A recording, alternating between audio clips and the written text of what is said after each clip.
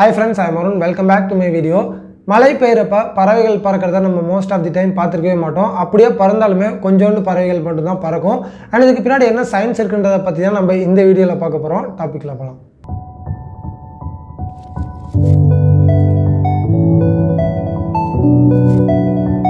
மழை பெய்யறப்ப எல்லா பறவையாலையுமே பறக்க முடியும். பட் ரொம்பவே கம்மியான டிஸ்டன்ஸ் மட்டும்தான் பறவைகள் பறக்கும். அதுவும் பார்த்திங்கன்னா ரொம்பவே கம்மியான மழை பெய்யறப்ப தான். ஸோ இது பறக்கிறதுக்கான ரீசன் என்னென்னா அதோட உணவை சேகரித்து வச்சுக்கிறதுக்காண்டியும் ஒரு நல்ல இடத்துல அதை ப்ரொடெக்ட் பண்ணுறதுக்காண்டியும் மட்டும்தான் ரொம்பவே ஷார்ட் டிஸ்டன்ஸில் ரொம்பவே கம்மி மழை பெய்யறப்ப இந்த பறவைகள் பறக்கும். ரொம்பவே ஹெவி ரெயின் பெய்யறப்ப இந்த பறவைகள் பறக்குமா அப்படின்னா கண்டிப்பாக பறக்காது. ரொம்பவே அதிகமான மழை பெய்யறப்ப அந்த பறவைகள் பறந்துச்சு அப்படின்னா அந்த பறவையோட ரெக்கை வந்து மழையில் நனைஞ்சிரும். இதனால பார்த்தீங்கன்னா அதோட பாடி டெம்பரேச்சர் ரொம்பவே ட்ராப் ஆக ஆரம்பிச்சிடும். ஸோ இந்த பறவைகள் பார்த்தீங்கன்னா மழையில் மோஸ்ட்லி நனையாது. அதுவும் பார்த்தீங்கன்னா ரொம்பவே ஹெவி ரெயின் பெய்யறப்ப அது ஒரு சேஃபான இடத்துல போய் அதை வந்து ப்ரொடெக்ட் பண்ணிக்கும். மோஸ்ட்லி பார்த்தீங்கன்னா அடர்த்தியான காடு இல்லைனா புதர்களில் போய் அது சேஃபான இடத்துல அமர்ந்துக்கும். ஸோ நீங்கள் கேட்கலாம், எப்படி கம்மியான மழை பெய்யறப்ப மட்டும் அந்த பறவையால் கொஞ்சம் தூரத்துக்கு பறக்க முடியுது, அப்போ வந்து மழை பெய்யறப்ப இந்த ரெக்கைகள் நனைந்து போயிடாதா அப்படின்னு நீங்கள் கேட்கலாம். ஸோ இதுக்கு வந்து அது யூஸ் பண்ணுற மெத்தட் ஒன்று இருக்குது. ஸோ நார்மலாக பார்த்தீங்கன்னா பறவையோட எல்லா ஃபெதர்ஸுமே பார்த்தீங்கன்னா வாட்டர் ப்ரூஃபாக ஒர்க் ஆகும். இது வந்து கொஞ்சம் நேரத்துக்கு மட்டும்தான். ஸோ இது வாட்டர் ப்ரூஃபாக அதோட ஃபெதர்ஸை வந்து எப்படி மாற்றுது அப்படின்னு பார்த்தீங்கன்னா அதோட டெய்லுக்கு கீழே பார்த்தீங்கன்னா ஒரு ஆயில் கிளாண்ட் இருக்கும். இதை தான் ப்ரீன் கிளாண்டுன்னு சொல்லுவாங்க, இல்லைனா யூரோபிஜியல் கிளாண்ட். எக்ஸாக்ட் நேம் வந்து யூரோபிஜியல் கிளாண்டுன்னு சொல்லுவாங்க.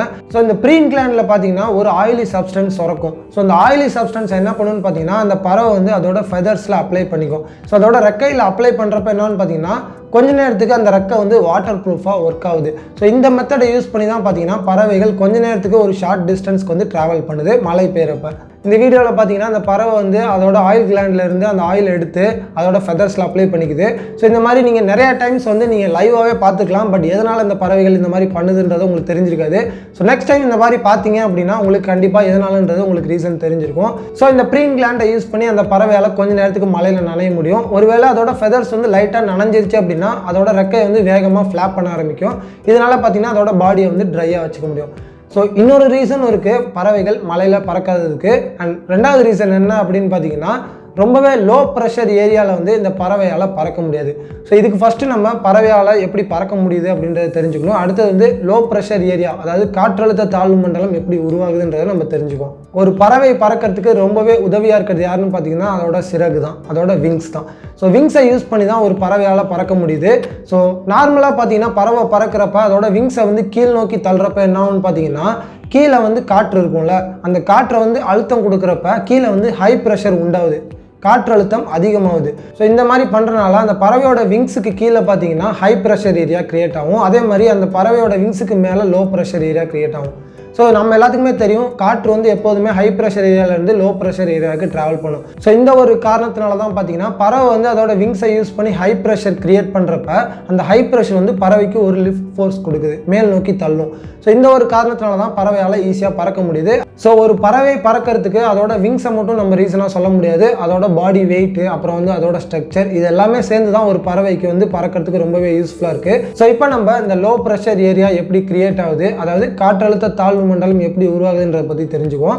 ஸோ நம்ம இடத்துல ப்ரெஷர் டிஃப்ரென்ஸ் நிறைய இடத்துல இருக்கும். அண்ட் இது எல்லாத்துக்குமே காரணம் மோஸ்ட்லி யாருன்னு பார்த்தீங்கன்னா சன்னு தான். நம்ம சன்லேருந்து வரக்கூடிய ஹீட்னால நம்ம எர்த்தோட சர்ஃபேஸில் இருக்கக்கூடிய ஏர் பார்த்தீங்கன்னா கொஞ்சம் கொஞ்சமாக ஹீட் ஆக ஆரம்பிக்கும்.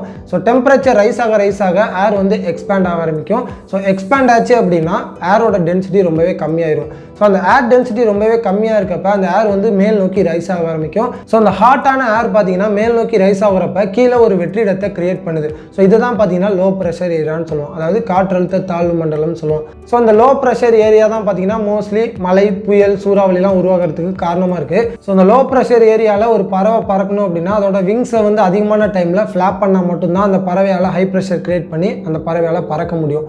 ஸோ ரெய்னி டேஸில் பார்த்தீங்கன்னா ஆல்ரெடி அந்த பறவைக்கு உணவுன்றது ரொம்பவே கம்மியாக கிடைக்கும். ஸோ இதனால் பார்த்தீங்கன்னா அதோட எனர்ஜி ரொம்பவே கம்மியாக தான் ஸ்பெண்ட் பண்ணும். ஸோ இந்த இடத்துல இந்த லோ ப்ரெஷர் ஏரியாவில் போய்ட்டு அதோட எனர்ஜியை ரொம்பவே அதிகமாக ஸ்பெண்ட் பண்ணணும்னு நினைக்கிறது ரொம்பவே தப்பு. ஸோ இதனால் பார்த்தீங்கன்னா மோஸ்ட்லி வந்து ரெய்னி டேஸில் பறவைகள் ஒரு சேஃபான இடத்துல போய்ட்டு அதை வந்து ப்ரொடெக்ட் பண்ணிக்க தான் ட்ரை பண்ணும். ஸோ 2010 பார்த்தீங்கன்னா ஒரு ரிசர்ச்சும் கண்டக்ட் பண்ணியிருக்காங்க. மழை பெய்யறப்ப பறவைகளோட பிளட் சாம்பிள்ஸ் எடுத்து டெஸ்ட் பண்ணியிருக்காங்க. ஸோ அந்த பிளட் சாம்பிள்ஸில் பார்த்தீங்கன்னா ஸ்ட்ரெஸ் ஹார்மோன், அதாவது கார்டிசல்னு சொல்லப்படுற ஸ்ட்ரெஸ் ஹார்மோனோட லெவல் பார்த்தீங்கன்னா ரொம்பவே அதிகமாக இருக்குன்னு சொல்கிறாங்க. ஸோ மழை பெய்யறப்ப பார்த்தீங்கன்னா அந்த பறவைகள் ரொம்பவே ஸ்ட்ரெஸ்ஸாக ஃபீல் பண்ணுமா. ஸோ இதனால் பார்த்திங்கன்னா நம்மளால் முடிஞ்ச உதவி என்ன பண்ணலாம் அப்படின்னு பார்த்தீங்கன்னா மழை பெய்கிறப்ப ஒரு ஷெல்டர் மாதிரி க்ரியேட் பண்ணி ஒரு நம்மளால் முடிஞ்ச ஃபுட்டை வந்து இந்த பறவைகளுக்கு ப்ரொவைட் பண்ணலாம். இதனால் பார்த்திங்கன்னா மழை பெய்கிறப்ப அழிஞ்சு போகிற பறவைகளோட எண்ணிக்கையை நம்மளால் தடுக்க முடியும். ஸோ இந்த வீடியோ கண்டிப்பாக உங்களுக்கு யூஸ்ஃபுல்லாக இருந்திருக்கும்னு நினைக்கிறேன். அண்ட் இந்த வீடியோ பிடிச்சிருந்துச்சுன்னா உங்கள் ஃப்ரெண்ட்ஸ் கூட ஷேர் பண்ணுங்கள். என்னோட நெக்ஸ்ட் வீடியோ அப்டேட்டுக்கு கீழே உள்ள சப்ஸ்கிரைப் பண்ணி கிளிக் பண்ணிக்கோங்க. இதே மாதிரி இன்னொரு இன்ட்ரெஸ்டிங்கான வீடியோவில் பார்ப்போம். அண்டில் தென் பாய்.